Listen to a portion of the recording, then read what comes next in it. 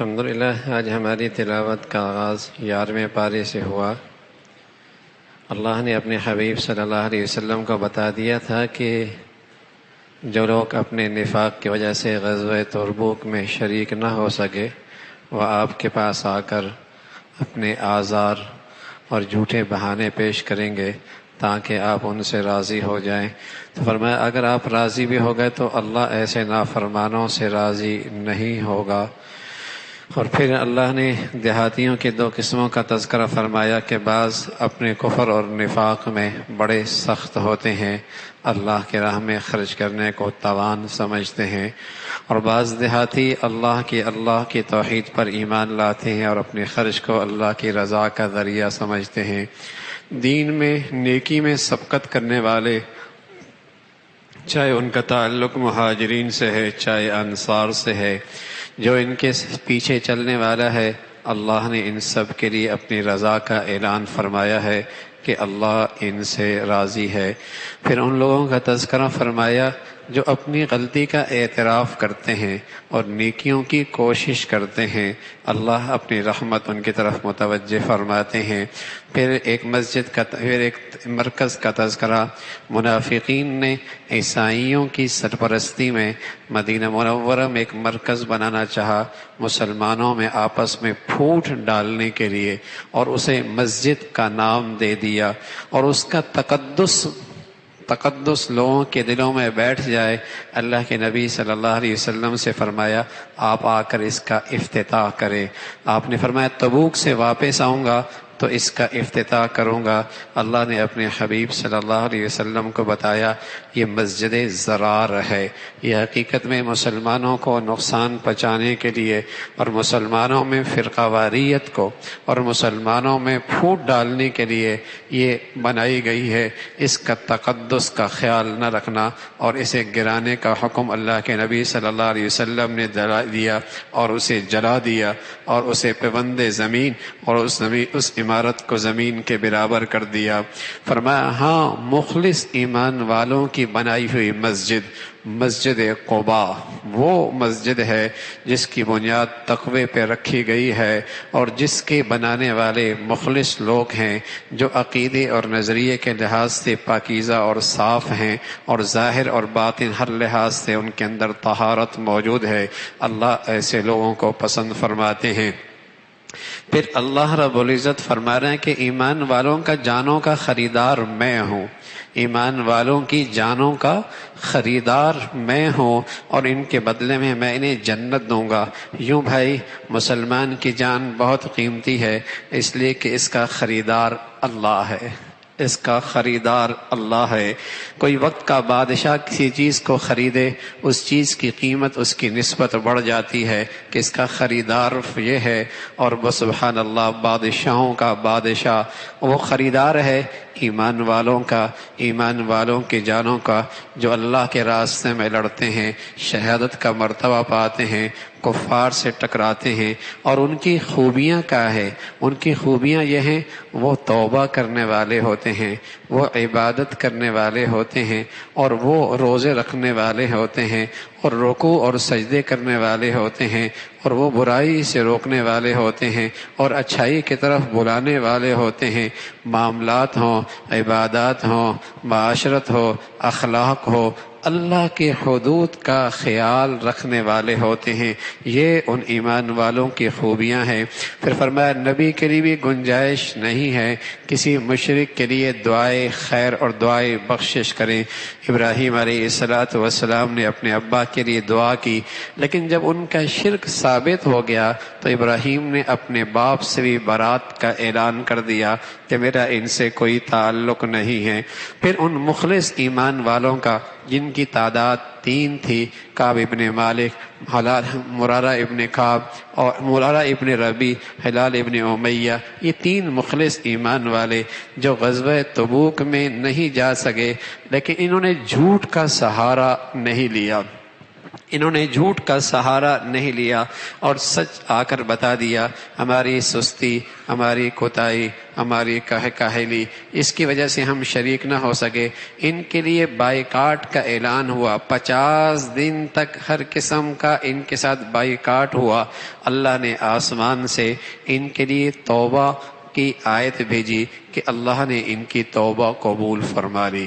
حضرت ابی ابن کعب فرمانے لگے، مجھے اللہ کے نبی صلی اللہ علیہ وسلم نے کہا، ابی، جب اس حضرت کعب سے کہا، جب سے تو پیدا ہوا ہے اس سے بہتر دن تیری زندگی میں کوئی نہیں آیا کہ تیری توبہ آسمان سے آئی ہے اور اس کی قبولیت کا فیصلہ آسمان سے آیا ہے۔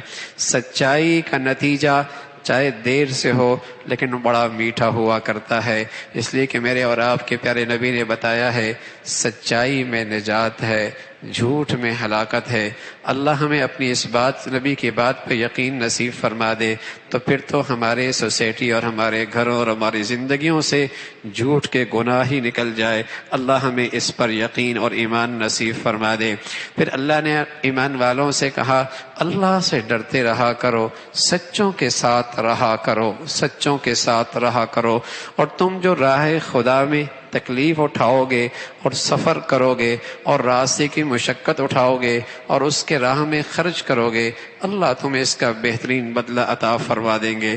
پھر آگے بتایا، جہاد کی عظمت، اہمیت اپنی جگہ پر، لیکن عام حالت میں یہ فرض کفایہ ہوا کرتا ہے، اس لیے کچھ لوگ ایسے بھی ہونے چاہیے جو دین کے اندر، دینی علم کے اندر مہارت حاصل کریں، لیتفقہوا فی الدین ولینذروا قومہم، تاکہ دین میں مہارت حاصل کرے۔ اس لیے کہ اسلامی سلطنت کے لیے بھی افراد سازی بھی ضروری ہے، اسلامی سلطنت کے لیے افراد سازی بھی ضروری ہے، اس کا تذکرہ فرمایا۔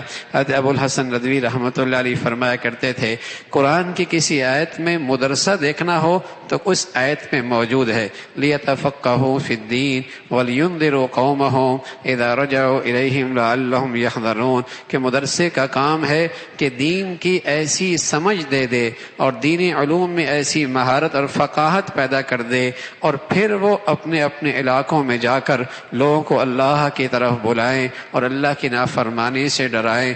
دینی اداروں کا کام ہے ایسے افراد کو تیار کرنا اور ایسے افراد کی سازی کرنا۔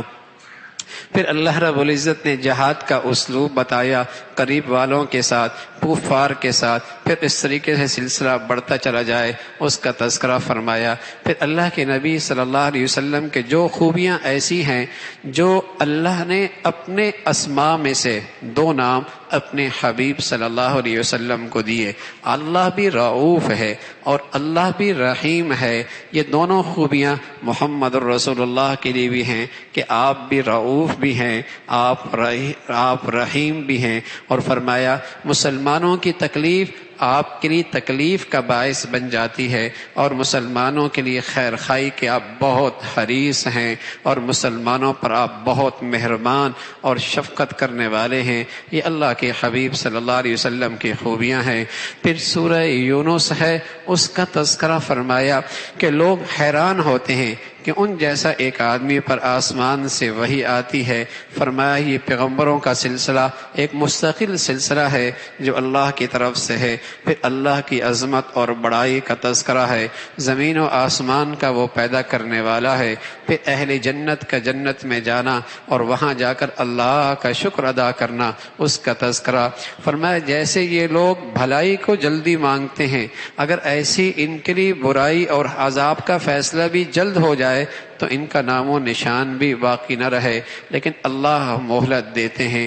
کفار اللہ کے نبی صلی اللہ علیہ وسلم سے مطالبہ کرتے کہ جو قرآنی نظام ہے اس میں کچھ ترمیم ہو جائے، کچھ منسوخ ہو جائے، کچھ ہمارے سے ہم آئیننگ اس کا سلسلہ ہو جائے، ہم سے کچھ میل جول قریب ہو جائے، تو فرمایا یہ میرے اختیار میں نہیں ہے، یہ اللہ کا کلام ہے۔ اتنا عرصہ میں تم میں رہا، نہ میں نے کسی کے پاس پڑھا، نہ میں نے تمہیں کوئی کلام سنایا، اور 40 سال کے بعد میری زبان سے یہ فصیح بلیغ کلام نکل رہا ہے، یہ تو اللہ کا کلام ہے، اللہ کا کلام ہے، اس کے اندر تبدیلی تنسیخ میرے اختیار میں نہیں ہے۔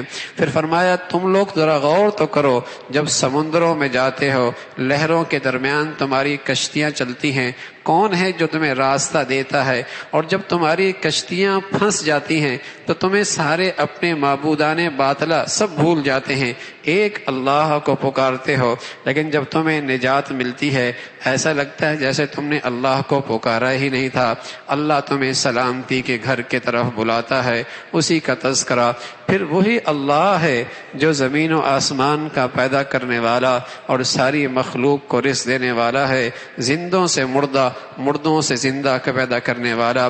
جن کو تم پرستش کر رہے ہو، بتاؤ انہوں نے کیا پیدا کیا ہے؟ یہ قرآن اللہ کی کتاب ہے، اگر انسان کی بنائی ہوتی تم اس جیسی کوئی چھوٹی سی صورت بھی بنا کے لے آؤ، سارے کے سارے اپنے معبودان باطلا کو اکٹھا کر لو اور اس جیسی کوئی چھوٹی سی صورت ہی بنا کے لاؤ۔ زمین و آسمان کا بادشاہ اکیلا اللہ ہے۔ اے نبی، آپ لوگوں سے کہہ دیں کہ یہ اللہ کا کلام، یہ جسمانی بھی اور روحانی بھی شفا ہے، اس کے ایمان والوں کی نصیحت ہے، اہل ایمان کے لیے ہدایت کا سامان ہے۔ اللہ کا بڑا فضل ہے، جسے یہ دولت مل جائے اسے خوش ہونا چاہیے کہ اللہ نے بہت بڑی دولت اسے عطا فرمائی ہے۔ پھر اللہ کی دوستوں کی علامت کیا ہے؟ فرمایا اللہ کی دوستوں کی نشانی یہ ہے کہ ان پر خوف کوئی نہیں ہوگا اور ان پر حزن کوئی نہیں ہوگا، اور وہ ہوتے ہیں جو ایمان کے بعد اپنی زندگی کو گناہوں کی گندگیوں سے محفوظ رکھتے ہیں، یعنی تقوی اختیار کرتے ہیں، یہ اللہ کے دوست ہیں۔ اس کا تذکرہ۔ پھر حضرت یونس علیہ الصلوۃ والسلام کے قوم کا تذکرہ، جو اللہ کی نافرمانی پہ کمر بستہ ہوئی، اللہ کی طرف سے عذاب کا فیصلہ ہوا، حضرت یونس بستی چھوڑ کے نکل گئے، لیکن یہ قوم اپنے بچوں عورتوں کے ساتھ میدان پہ آ کر آہو زاری کرنے لگی، اپنے اللہ سے معافی مانگنے لگی، تو آیا ہوا عذاب ٹل گیا، اس کا تذکرہ فرمایا۔ پھر اللہ کی بڑائی کا تذکرہ ہے۔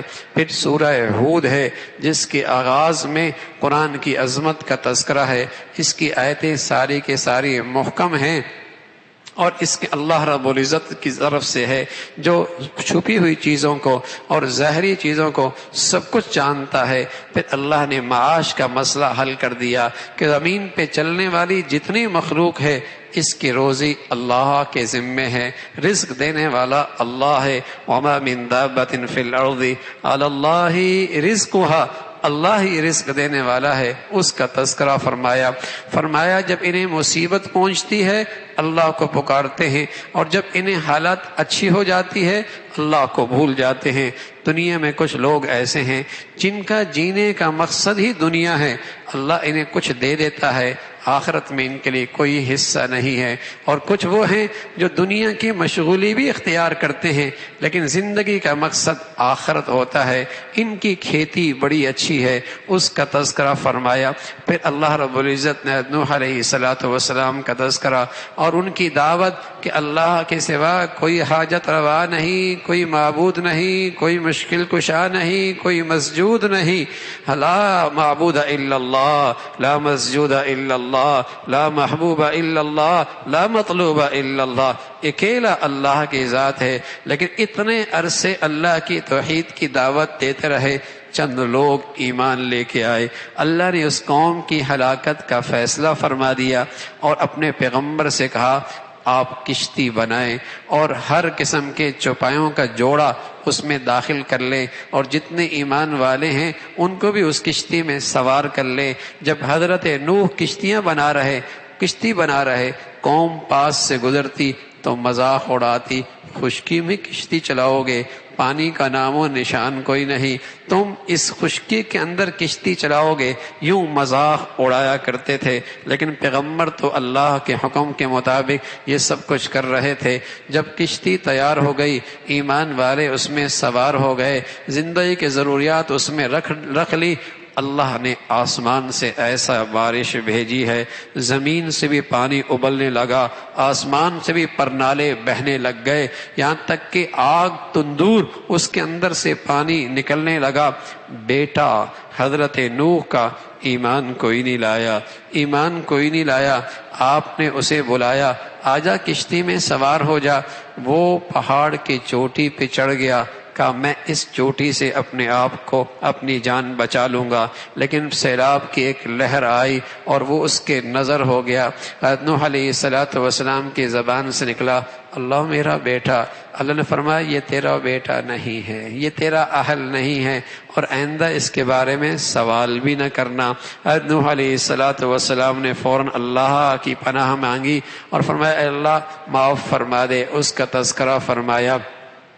اسلام رشتہ داریوں کی بنیاد پر، رشتہ داریوں کی بنیاد پر، خاندان کی بنیاد پر، نسب کی بنیاد پر نہیں ہے، اسلام تو طلب کی بنیاد پر ہے، چاہے وہ غریب ہے، چاہے فقیر ہے، چاہے اجنبی ہے، چاہے وہ دور کا ہے، اگر اس کے اندر سچی طلب ہے اللہ اسے عطا فرما دیتے ہیں۔ اسلام کے دولت کے معاملے میں اللہ بڑے غیور ہیں، بڑے غیور ہیں۔ جو اس کی قدر نہیں کرتا اللہ اسے دیتا بھی نہیں ہے، اور کوئی کسی بھی دنیا کے کونے سے طلب لے کے آئے اللہ اسے یہ دولت اس کی جھولی میں ڈال دیتے ہیں۔